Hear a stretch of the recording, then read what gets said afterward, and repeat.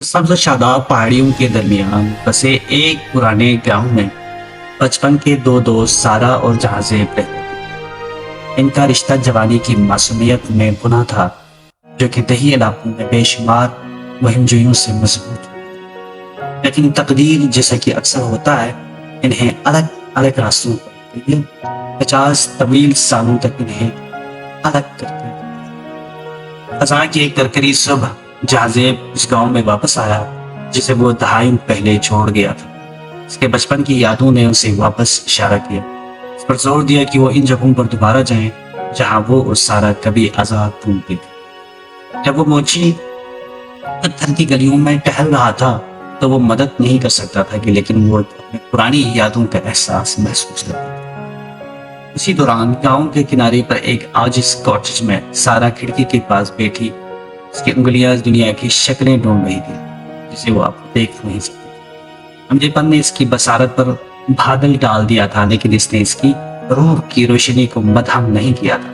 वो अक्सर अपनी जवानी के दिनों को याद करती, अपने अजीज तरीन दोस्त जहाजेब की सोहबत की याद। किस्मत की एक झटके से इनके रास्ते एक बार फिर पार हो गए। जहाजेब सारा के कॉटेज पर पेश आया जिसे एक नाकाबिले फाहम कुव्वत ने खींचा, जो इसके दिल के तारों को खींच ले आई। इसने आहिस्ता से दरवाजे पर दस्तक दी, इसकी नब्ज तवक्को के साथ तेज हो गई। सारा दरवाजा खोलने से पहले एक लम्हे के लिए हिचकिचाई। इसका दिल उम्मीद और घबराहट के मरकब से धड़क रहा था। दो अजनबी एक दूसरे के सामने खड़े थे, इनके चेहरे वक्त के साथ झुलस रहे थे, इनकी आंखें पहचान की झलक तलाश करती। जब सोच रहे, लेकिन क्या मैं आपको जानता हूं? सारा ने पूछा। उसकी आवाज में बेयकीनी की कैफियत थी। जहाजेब ने मुस्बित में सर हिलाया। मायूसी की एक कर्ब इसके अंदर दौड़ रही थी। मैंने सोचा कि मैंने ऐसा किया है, लेकिन शायद मैं गलत। जब वो बातचीत कर रहे थे, खुशियों का तबादला कर रहे थे और अपनी जवानी की कहानियां सुना रहे थे, इनके दरमियान एक चिंगारी भड़क उठी। उन्होंने जिंदगी, मोहब्बत और गुजरते वक्त के बारे में बातचीत की। इनके अल्फाज मुश्तरक तजुर्बात और प्यारी यादों की टेपेस्ट्री बने। और फिर वजाहत के एक लम्हे में सारा ने एक फिक्र अंगेज बयान दिया जिसने जहाजेब की रीढ़ की हड्डी को हिला दिया। सच्ची दोस्ती वक्त और जगह की हदूद से तजावुज करती है। ये नजर या आवाज से नहीं, बल्कि दिल की बाज़गश से जुड़ी होती है। जहाजेब की आंखें पहचान कर फैल गई। पहली के टुकड़े अपनी जगह पर गिरे। सारा, क्या बाकी तुम हो? ने दर्द भरी आवाज में कहा। इसकी आवाज जज्बात से।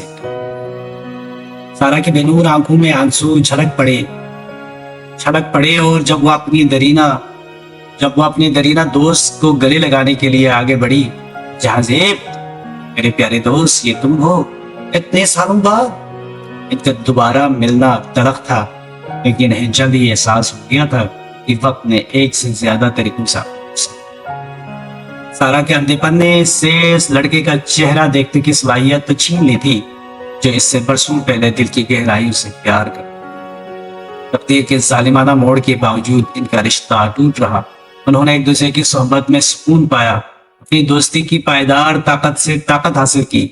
और जब उन्होंने जिंदगी की पेचीदगियों को एक साथ पेश किया तो उन्होंने दरियाफ्त किया कि बाज़ औक़ात सबका सबसे बड़ा तोहफा सिर्फ एक दूसरे के लिए मौजूद हो, चाहे जो भी चैलेंज पेश हो। ये कहानी लिखी गई है बाब सैन ने और आवाज़ भी बाब सैन लिखी है।